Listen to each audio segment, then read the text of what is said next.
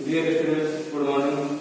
Today I will start very new topic called passive voice and active passive. First of all, we should try to know what is the basic definition of active and passive voice. In an active voice, subject does action. क्या होता है active voice में subject यानी कर्ता कार्यरत होता है and in passive voice subject suffers action. इसका मतलब यह है कि पैसिव वॉइस में सब्जेक्ट यानी कर्ता कार्य से सफर करता है तथा एक्टिव वॉइस में सब्जेक्ट स्वयं कार्य करता है ना।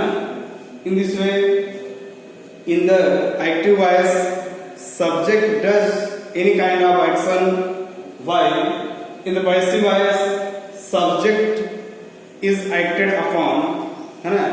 subject suffers action is called passive voice। इस प्रकार जो है एक्टिव वॉइस में क्या होता है कर्ता स्वयं कार्यरत होता है तथा पैसिव वॉइस में सब्जेक्ट यानी कार्यरत नहीं होता बल्कि जो है उस पर कार्य किया जाता है।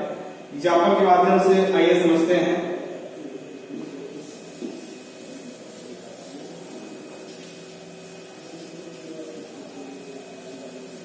फॉर एग्जाम्पल फॉर एग्जाम्पल देख करके जैसे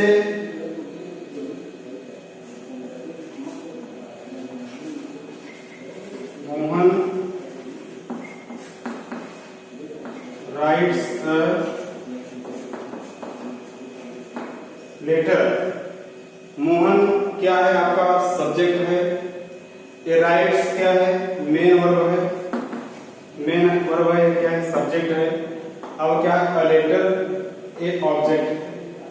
first of all subject take the place of object and object take the place of subject.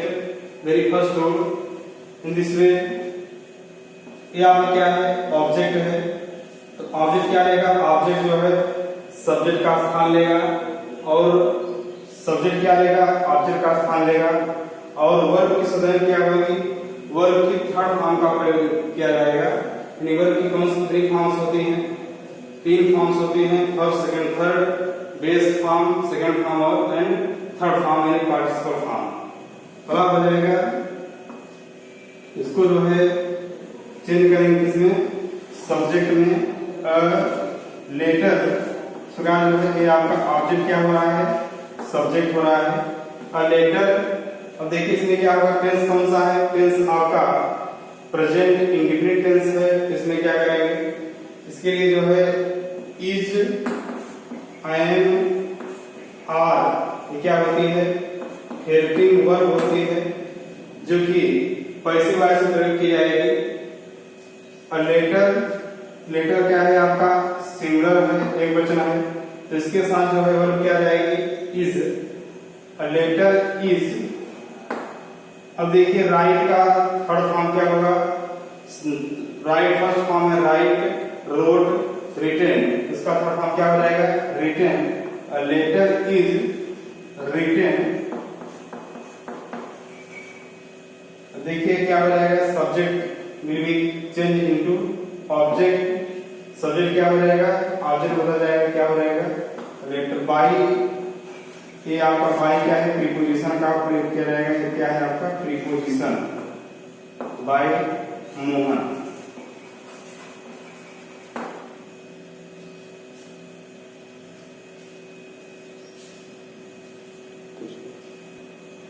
देखिए जैसा कि अभी एग्जाम्पल के द्वारा बताया गया कि मीन क्या होता है in passive voice third form of the verb will always be used whether tense will B.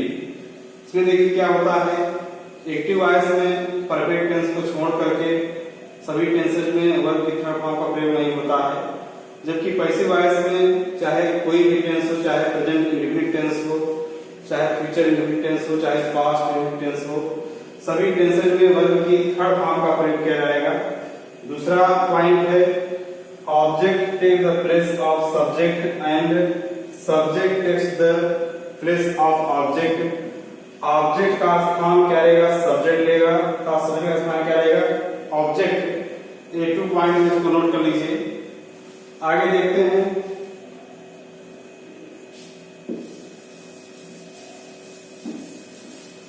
जैसे प्रेजेंट इंडिफिनिट टेंस है, सबसे पहले प्रेजेंट इंडिफिनिट टेंस की बात करते हैं।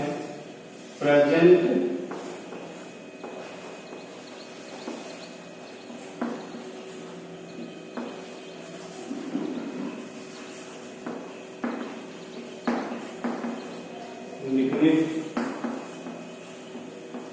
टेंस। देखिए इसकी हेल्पिंग वर्ब क्या होती है पैसिव बनाने के लिए। इस प्रकार जो है पैसिव एक्टिव वॉइस में प्रेजेंट इंडेफिनिट टेंस की हेल्पिंग वर्ब डू या डज होती है। उसी प्रकार जो है पैसिव वॉइस में कभी भी डू या डज का प्रयोग नहीं करेंगे, जबकि पैसिव वॉइस में इसकी हेल्पिंग वर्ब क्या होगी, is and are. Is and are plus verb की थर्ड फॉर्म जो होती है तो आप ऐसे लिख सकते हैं वर्ब की। जैसा कि बताया गया, चाहे कोई भी टेंस हो सदैव वर्ब की थर्ड फॉर्म का ही प्रयोग किया जाएगा। ये बहुत ही नोटिस करने वाली बात है।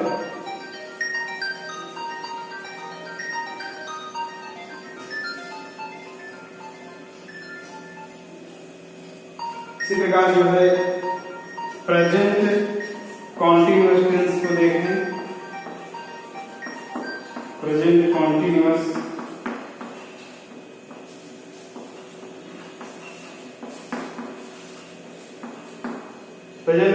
टेंस में क्या होगा, is am are. Is am are plus being plus verb की थर्ड फॉर्म। देखिए इसमें जो है डिफरेंस कहाँ मिल रहा है। प्रेजेंट इंडेफिनिट टेंस में क्या है, इज एम आर इसका प्लस वर्ब की थर्ड फॉर्म है। और प्रेजेंट कॉन्टिन्यूअस टेंस में क्या है, is am are plus being के साथ जो वर्ब की थर्ड फॉर्म का प्रयोग किया गया है। तीसरा है प्रेजेंट परफेक्ट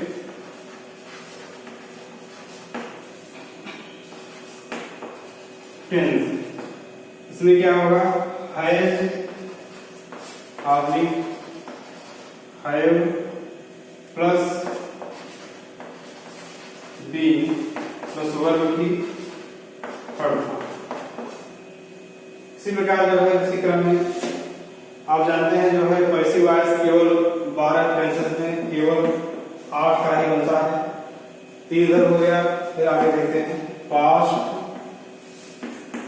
इंडेफिनिट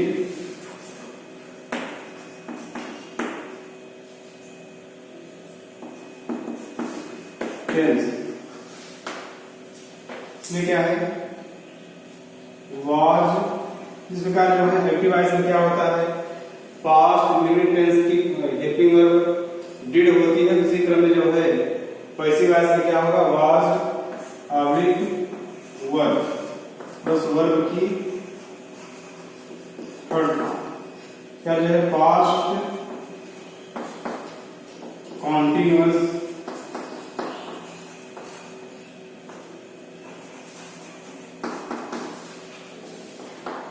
क्या होगा, वाज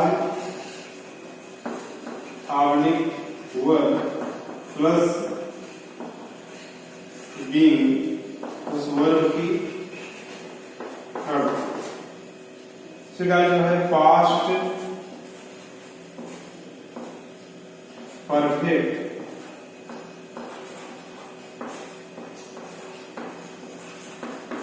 पास्ट परफेक्ट टेंस में क्या होगा, हैड प्लस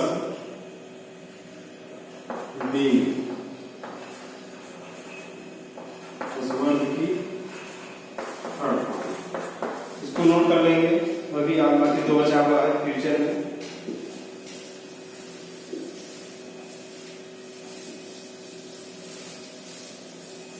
आगे देखते हैं फ्यूचर इंडेफिनिट टेंस में क्या है।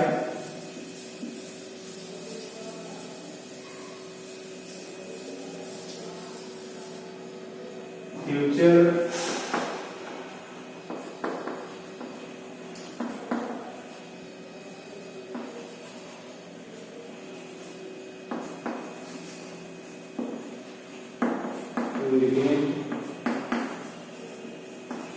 टेंस में क्या हो जाएगा बी ऑब्लिक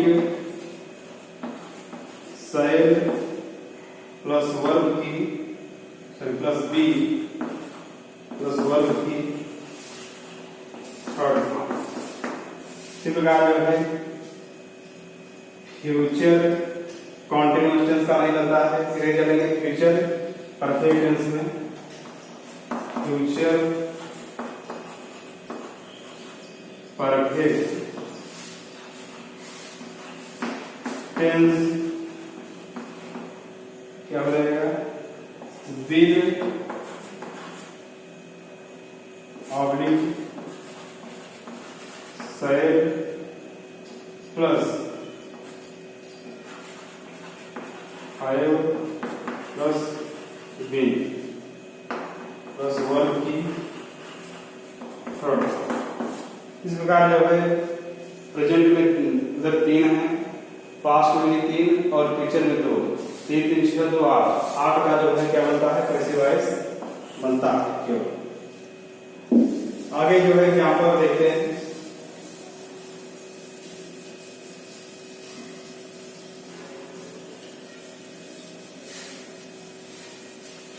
एग्जाम्पल जैसे सबसे पहले present indefinite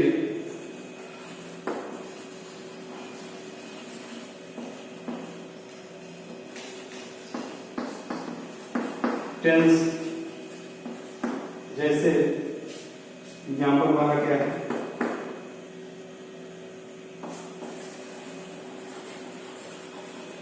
Radha sings sweet song। जैसा कि बताया गया कि subject takes the place of object and object takes the place of subject इसी क्रम में एंड वर्ब की जो है थर्ड फॉर्म का प्रयोग करेंगे चाहे जो भी टेंस हो। यहाँ पर जो है आपका क्या है प्रेजेंट इंडिफिनिट टेंस है। तो पैसिव बनाते समय सबसे पहले सब्जेक्ट को ऑब्जेक्ट का स्थान देते हैं तथा ऑब्जेक्ट को सब्जेक्ट का स्थान देते हैं और वर्ब की सदैव थर्ड फॉर्म का प्रयोग करते हैं। सबसे पहले object will change into subject. यहाँ का ऑब्जेक्ट है object main verb plus subject. Sweet song में क्या है ऑब्जेक्ट है स्वीट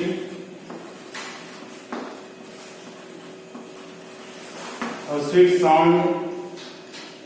अब देखिए इसमें क्या है प्रेजेंट इंडिफिनिट टेंस है तो इसकी हेल्पिंग वर्ब क्या है इज आई एम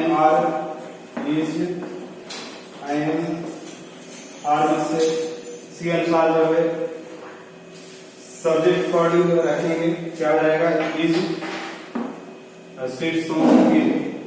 अब देखिए सिंग का जो है सिंग फर्स्ट फॉर्म में लिखा हुआ है सिंग, सेकंड फॉर्म क्या होगा sang, थर्ड फॉर्म क्या है सन। इसकी थर्ड फॉर्म क्या हो जाएगी सन। A sweet song is sung। देखिए बाई प्रीपोजिशन का प्रयोग करेंगे के द्वारा बाय। आपका सब्जेक्ट क्या हो जाएगा बाय